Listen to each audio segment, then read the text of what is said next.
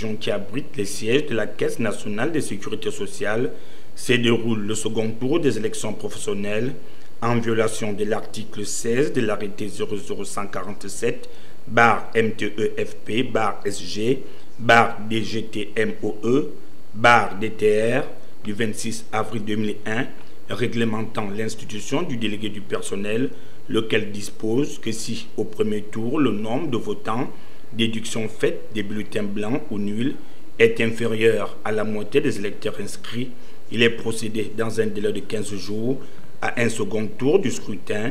Lors du premier tour de cette élection, tenu le 26 mars dernier, le syndicat des professionnels de sécurité sociale s'était imposé à la majorité écrasante devant ses autres concurrents.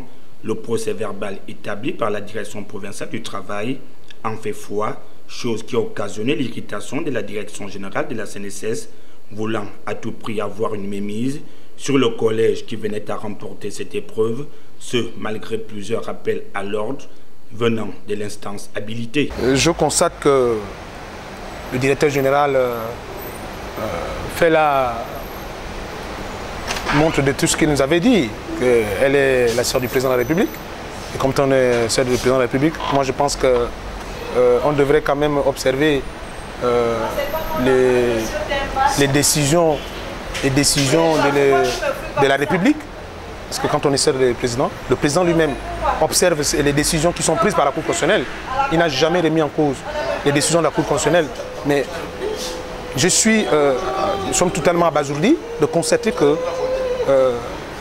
une personne qui est censée mettre en place la politique du chef de l'État met en cause les institutions comme l'inspection du travail. Mieux encore, un courrier daté du 23 avril 2018 émanant de la direction provinciale du travail, adressé pourtant au patronat de la Caisse nationale de sécurité sociale, lequel exigeait de prendre en compte les conclusions de la séance d'arbitrage du 18 avril 2018 qui donne vainqueur au CIPROS, a été curieusement dissimulé par les responsables de cette administration aux fins de faire durer l'attente.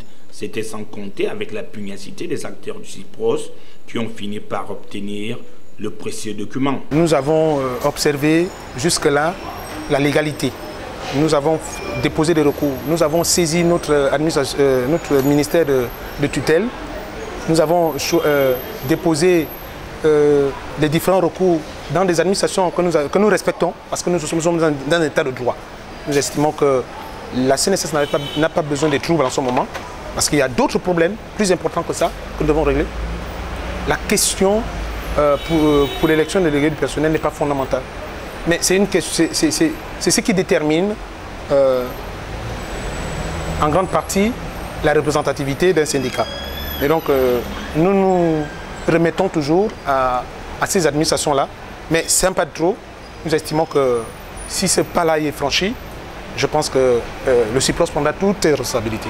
Le scrutin de ce jour est nul et non avenu aux yeux de la direction provinciale du travail, car ne reposant sur aucune disposition légale en République gabonaise, quelle sera encore l'attitude adoptée par les responsables de la Caisse nationale de sécurité sociale, alors que les premières tendances qui proviennent des 16 bureaux de vote du pays donnent le CIPROS en tête de ce scrutin.